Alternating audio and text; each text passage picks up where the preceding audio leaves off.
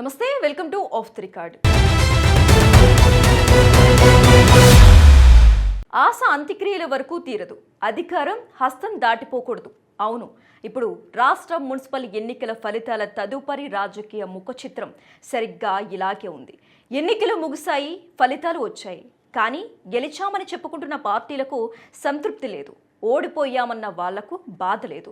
ముఖ్యంగా కాంగ్రెస్ పార్టీ వైఖరిపై ఇప్పుడు రాజకీయ వర్గాల్లో ఆసక్తికర చర్చ నడుస్తోంది. మున్సిపల్ ఎన్నికల ఫలితాలపై విపక్షం గలం విప్పింది. అధికారం అంటుతూ కాంగ్రెస్ ఆశించిన మేర ఫలితాలు సాధించలేదని, అసలు కథ ఇప్పుడే మొదలైందని హెచ్చరిస్తోంది. మరి ఈ ఫలితాల వెనుక ఉన్న అసలు లెక్కేంటి? విపక్షం సంధిస్తున్న బాణాలు ఎటు వెళ్తున్నాయి?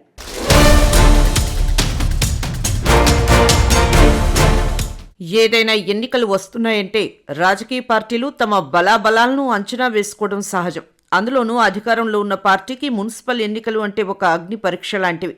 ఈ క్రమంలోనే కాంగ్రెస్ పార్టీ రాష్ట్ర వ్యాప్తంగా కనీసం 30 మున్సిపాలిటీలను తమ ఖాతాలో వేసుకోవాలని వ్యూహాలు రచించింది. ప్రభుత్వ పథకాలు, క్షేత్రస్థాయిలో పార్టీ పట్టు తమను గట్టెక్కిస్తాయని ధీమా వ్యక్తం చేసింది. కానీ ఫలితాల సరళి చూస్తుంటే పరిస్థితి ఇందుకు భిన్నంగా కనిపిస్తోంది.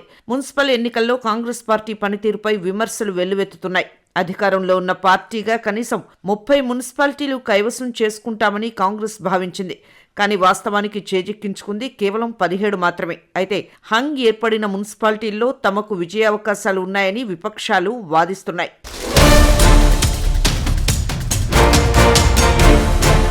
పులిని చూసి నక్క వాత పెట్టుకున్నట్టు అధికార పార్టీ హడావుడి చేసిన క్షేత్రస్థాయిలో ఓటర్లు మాత్రం మరోలా తీర్పునిచ్చారు.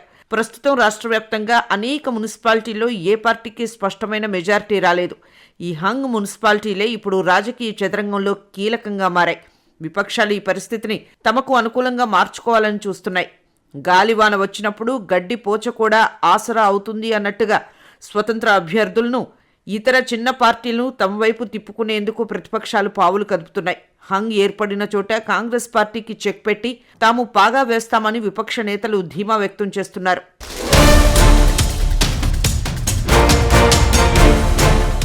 ఏ ఎన్నికైనా బీజేపీ వ్యూహం ఒకేలా ఉంటుంది. గెలుపు గుర్రాలను నిలబెట్టడం కంటే తమ పార్టీ సిద్ధాంతాన్ని, జాతీయ నాయకత్వ ప్రభావాన్ని ఓటర్లపై బలంగా ముద్రవేయాలని ఆ పార్టీ భావిస్తోంది. ఈ క్రమంలోనే తాజాగా జరిగిన మున్సిపల్ ఎన్నికల్లో బీజేపీ తన అమ్ముల పొదలోని అస్త్రాలన్నిటినీ ప్రయోగించింది. బీజేపీ వైఫల్యాన్ని విపక్షాలు ఏకిపారేస్తున్నాయి. 3 మొనగాళ్లు వచ్చినా మున్సిపాలిటీని గెలవలేకపోయారు అంటూ ఎద్దేవా చేస్తున్నాయి. ఢిల్లీ నేతలు వచ్చి ప్రచారం చేస్తే స్థానిక సమస్యలు తీరతాయా అని ప్రశ్నిస్తున్నాయి. గత ఎన్నికలతో పోలిస్తే బీజేపీకి ఈసారి ఓట్ల శాతం తగ్గడం గమనార్హం. కేవలం ఓట్ల శాతమే కాదు, గెలిచిన వార్డుల సంఖ్య కూడా గణనీయంగా క్షీణించింది. ఇది ఆ పార్టీ భవిష్యత్తు ప్రణాళికపై నీలి నీడలు కమ్ముకునేలా చేస్తోందని విపక్షాలు వాదిస్తున్నాయి.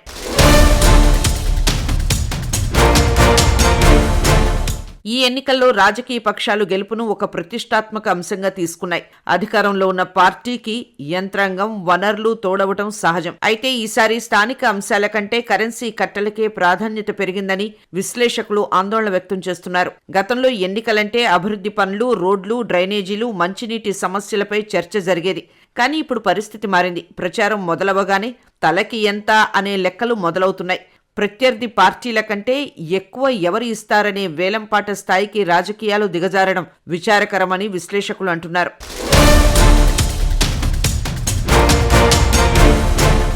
నిప్పు లేనిదే పొగరాదు. కానీ ఇక్కడ పొగ కంటే ముందే రాజకీయం రాజుకుంది. ఆవు చేలో మేస్తే దూడ గట్టున మేస్తుందా అన్నట్టు గత ప్రభుత్వ నిర్ణయాలపై ప్రస్తుత ప్రభుత్వం విచారణల కొరడా ఝులిపిస్తుంటే అది రాజకీయ కక్ష సాధింపేనని విపక్షం విరుచుకుపడుతోంది. తాజాగా ఫార్ములా ఈ రేసింగ్ వ్యవహారం మరోసారి తెరపైకి వచ్చింది. ఇప్పటికే 4 సార్లు విచారణకు పిలిచిన ప్రభుత్వం కేవలం రాజకీయ ప్రయోజనాల కోసమే మళ్లీ పిలుస్తోందని విపక్షం ఆరోపిస్తోంది. ఎన్నిసార్లు పిలిచినా వెళ్తాం, సత్యం చెబుతాం, జైలుకు పంపినా భయపడం అంటూ విపక్ష నేతలు గట్టిగా సవాల్ విసురుతున్నారు.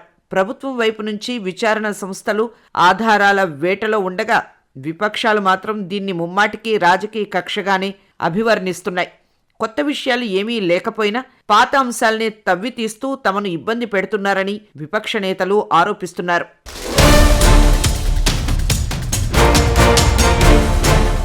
అధికారం మారినప్పుడల్లా పాత ఫైళ్లు బయటకు రావడం సహజమే. కానీ ఫార్ములా ఈ విషయంలో జరుగుతున్న పరిణామాలు ఇప్పుడు సవాల్ ప్రతి సవాళ్లకు వేదికయ్యాయి.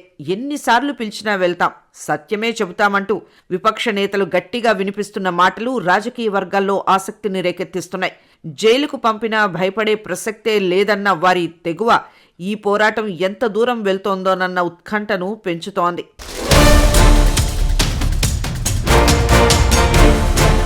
అతిశయం ఎప్పుడూ ప్రమాదమే. గతాన్ని విస్మరిస్తే వర్తమానం సమాధానం చెబుతుంది అన్న సామెత రాజకీయాలకు అతికినట్టు సరిపోతుంది. తెలంగాణ రాజకీయాల్లో ఇప్పుడు ఇదే చర్చ నడుస్తోంది. అధికార పక్షం విమర్శలు చేస్తుంటే విపక్షం మాత్రం పాత డైరీలను బయటకు తీస్తోంది. నాడు రేవంత్ రెడ్డి వర్కింగ్ ప్రెసిడెంట్గా ఉన్నప్పుడు ఏం జరిగింది, నేడు మేం సాధించింది ఏమిటి అంటూ గణాంకాల యుద్ధానికి తెరలేపింది. రాజకీయాల్లో గెలుపోటములు సహజం, కానీ ఆ గెలుపోటములను ఎలా విశ్లేషిస్తామన్నదే ముఖ్యం. ప్రస్తుతం అధికారంలో ఉన్న కాంగ్రెస్ పార్టీ నాయకత్వంపై విపక్షం ఒక బలమైన అస్త్రాన్ని ప్రయోగించింది. ముఖ్యంగా ముఖ్యమంత్రి రేవంత్ రెడ్డి గతంలో పార్టీ బాధ్యతల్లో ఉన్నప్పుడు వచ్చిన ఫలితాలను ప్రస్తుత విపక్ష బలాల్ని పోల్చి చూస్తోంది. గతంలో కాంగ్రెస్ పరిస్థితి కంటే ఇప్పుడు తాము అంతకంటే మెరుగైన స్థితిలో ఉన్నామని విపక్ష నేతలు వాదిస్తున్నారు.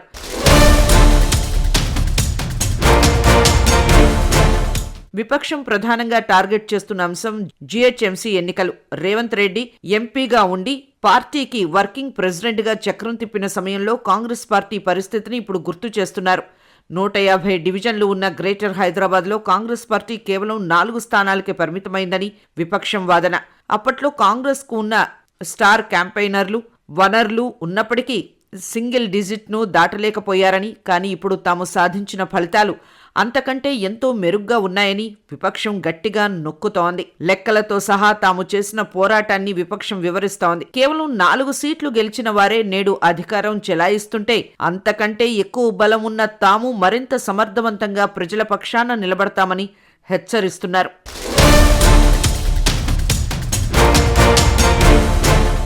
రాజకీయాల్లో విమర్శలు ఎటు తిరుగుతాయో చెప్పలేం.